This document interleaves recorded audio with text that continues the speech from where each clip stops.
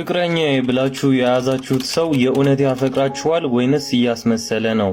ፓርት 2 ፓርት 1ን ካላያችሁ ከታች ታግ አደርግላችኋለሁ፣ ገብታችሁ መመልከት ትችላላችሁ። እነዚህ 10 ምልክቶች ከናንተ ጋር ያሉ የናንተ ፍቅረኞች እያስመሰሉ ነው ወይንስ የእውነት ያፈቅራችኋል የሚሉትን በደንብ ታዩበታላችሁ። ለወንድም ለሴትም ይሰራል። በደንብ አዳምጡኝ። አንደኛውና የመጀመሪያው እስስት ባህሪ ያላቸው ሄድ መለስ ያደርጋቸዋል። አንዳንዴ ጥሩ ስሜት እንዲሰማቸው ያደርጋሉ። ከናንተ ጋር ደስተኛ ይሆናሉ። እውነተኛ ፍቅረኛ ይመስላሉ። አንዳንዴ ግን ይለወጣሉ። የማታውቁት ሰው ይሆናሉ። አዲስ ባህሪ ያመጣሉ። የሚጨበጥ ባህሪ አይኖራቸውም። ደስ የማይል ባህሪ ያሳያሉ ማለት ነው በተደጋጋሚ። ይህ ባህሪያቸው ዛሬና ነገ ቢሆን ምን አለ? ሁሌም በቃ አንድ ሳምንት ከናንተ ጋር ደስተኛ ይሆናሉ፣ አንድ ሳምንት ግን ሌላ ሰው ነው የሚሆኑት በቃ። ሁለተኛው በፍቅራቸው ቆራጥ አይደሉም። ለመለያየት ይቸኩላሉ። በቃ እንለያይ፣ እኔ ላንቺ መሆን ወንድ አይደለሁ፣ እኔ ላንተም መሆን ሴት አይደለሁ፣ ብቻ ለመለያየት በጣም ይፈጥናሉ። ትንሽ ነገር ይፈጠር ብቻ እንለያይ ለማለት ቅርብ ናቸው። ተነጋግራችሁ የምታስተካክሉትን ነገር ከመነጋገር ይልቅ ለመለያየት መሽቀዳደም ይቀላቸዋል። ለመለያየት ሁሌ እንደፈጠኑ ናቸው። አንድ ቀን መፍትሄ ሲፈልጉ አታያቸውም። ሁሌ እንለያይ እንዳሉ ብቻ ማለት ነው። ሶስተኛ በጣም ሰልፊሽ ናቸው። በጣም ሁሌ እኔ ብቻ ነው የሚያውቁት። አንድ ቀን እኛ ሳይሉ እኔ እንዲሆኜ፣ እኔ እዚህ ገብቼ፣ እኔ እዚህ ወጥቼ፣ እኔ እንዲህ አድርጌ፣ እኔ እንዲህ ሲሆንልሽ፣ እኔ እንዲሆኝ ከራሳቸው አያልፉም። በአንቺ ቦታ ሆነው ስሜትሽን አይረዱ። በራሳቸው አንግል ብቻ ነው የሚያዩት። አንተን ከመረዳት ይልቅ የራሷን ህመም ነው የምትነግርህ። አንተ እንደዚህ ሆነህልኛል ብላ በአንተ ጥግ ያለው ምንም አትረዳው። ጀስት በራሳቸው አንግል ያለውን ነገር አይተው ብቻ ነው ራሳቸው ላይ ብቻ ነው ፎከስ የሚያደርጉት። የእናንተን ስሜት ዞር ብለው ለደቂቃ ለመረዳት አይሞክሩ። ሲበዛ ራስ ወዳድ ናቸው። አራተኛ ታማኝ አይደሉም። ሁሉ ጊዜ ቃላቸውን ያጥፋሉ። እንደዚህ አላደርግም ብለው ያደርጋሉ። እንደዚህ አልሆንም ብለው ቃል ገብተው እዛው ነው የሚገኙት። በቃ ከዚህ በኋላ አላደርግም፣ በትንሹ ላሳይሽ የኔ ማር፣ በኋላ እደውላለሁ ብሎ አይደውልልሽም። አንዴ ቢሆን ምን አለ በተደጋጋሚ እደውልልሻለሁ ብሎ አይደውልልሽ። በቃ ከዚህ በኋላ አስተካክላለሁ ብላ እዛው ነች። ነገሮችን ተመልከቱ። ብዙ ጊዜ እንደዚህ ያደርጋለሁ፣ እንደዚህ ይሆናለሁ፣ እንደዚህ ሰራለሁ ብለው አይሰሩ። ለቃላቸው ታማኝ አይደሉም። የእውነት የሚያፈቅሯችሁ ሰዎች ግን የሆነ ነገር እናደርጋለን፣ እንሰራለን፣ እንሆናለን ካሉ ለናንተ ባይሆኑ ራሱ ለፍቅራችሁ ለናንተ ስላላቸው ስሜት ብለው ያደርጉታል፣ ይሆናሉ። እነዚህ ሰዎች ግን አስመሳይና ፌክ ስለሆኑ ቃል መግባትን እንጂ ማድረግን አያውቁም። አምስተኛ በፍጹም አያከብሯችሁም። ለናንተ ምንም ሪስፔክት የሚባል ነገር የላቸውም። በሚናገሩት ነገር ያስከፋሉ። በሚያደርጉት በሚሰሩ በእያንዳንዱ ነገር እሷ ምን ይሰማታል፣ እሱ ምን ይሰማዋል፣ ያዝንብኝ ይሆን ታዝንብኝ ይሆን ምናምን የሚባል ነገር የለም። ዝም ብለው ማድረግ፣ በስሜት መነዳት፣ ሪስፔክት አይኖራቸውም። ሆነ ለእናንተ ያለው ክብር አፈር በልቷል። እንደዛ አይነት ነገር እያያችሁ ከሆነ ሙድ እየተያዘባችሁ ነው።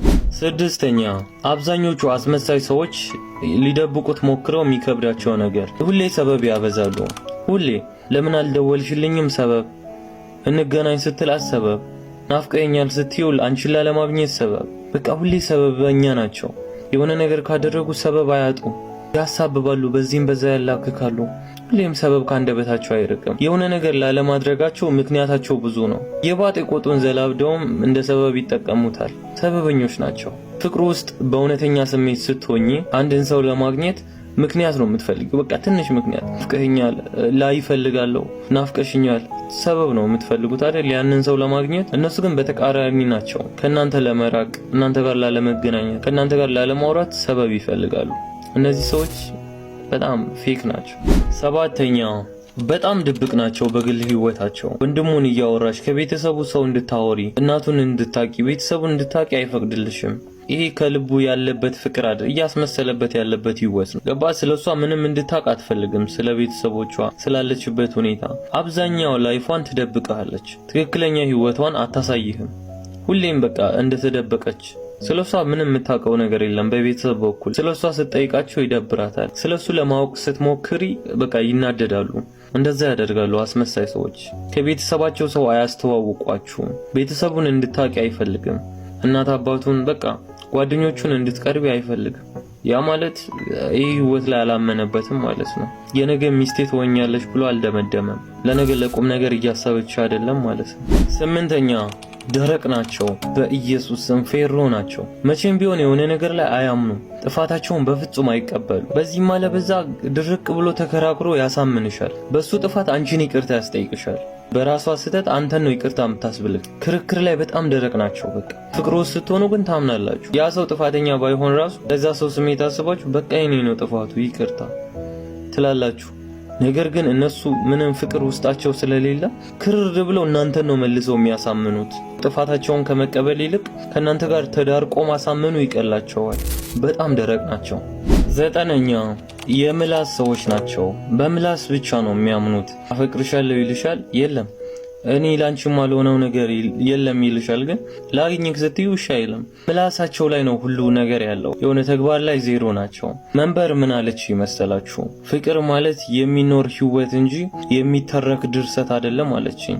ፍቅር በተግባር የምታሳየው ህይወት ነው የምትኖሩት እንጂ አፈቅርሻለሁ አፈቅርሃለሁ እያላችሁ የምትሰካከሱበት ተራ ወሬ አይደለም። አፈቅርሻለሁ ብለሃታላ በተግባር አሳያት። እንዴት ካልከኝ እንደምትፈልግ ይሁንላት። ያ ነው ፍቅርን በተግባር ማሳየት ማለት ነው። የምትላትን ነገር ሙሉ ተግባር ላይ አውለው። በተግባር ካላሳያችሁ ዝም ብሎ ወሬ ነው። ቃላት እኮ ደስ ይላሉ፣ ፍቅረኛን ያስደስታሉ፣ ጆሮም ልብንም ይማርካሉ። ውሸት ከሆነ በጣም ነው የሚያስጠላው። በጣም 10ኛ አእምሯችሁ ይነግራችኋል፣ ይሰማሻል፣ በእውነት ይታወቃችኋል። እነዚህ ሰዎች የናንተ እንዳልሆኑ፣ የናንተ ባልሆነ ህይወት ላይ እንዳላችሁ፣ ይህ ህይወት እንደሚፈርስ፣ ይህ ህይወት እውነተኛ ፍቅር እንዳልሆነ ልባችሁን አታዳምጡት። በቃ ይህ ስሜት በተደጋጋሚ ከተሰማችሁ ጭንቅላታችሁን ተከተሉ። ያኚ ሰዎች የናንተ እንዳልሆኑ እየተሰማችሁ ከሆነ ልባችሁን ማዳመጥ አቁሙ።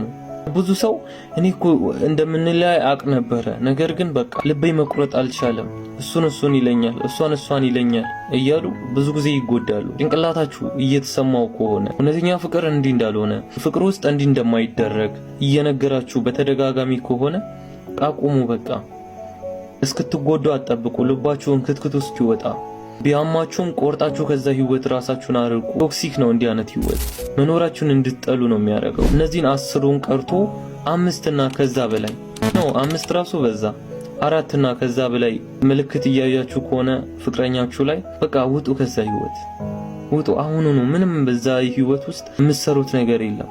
ከህመም ሌላ ምንም አታተርፉ። ውጡ አሁን ነው።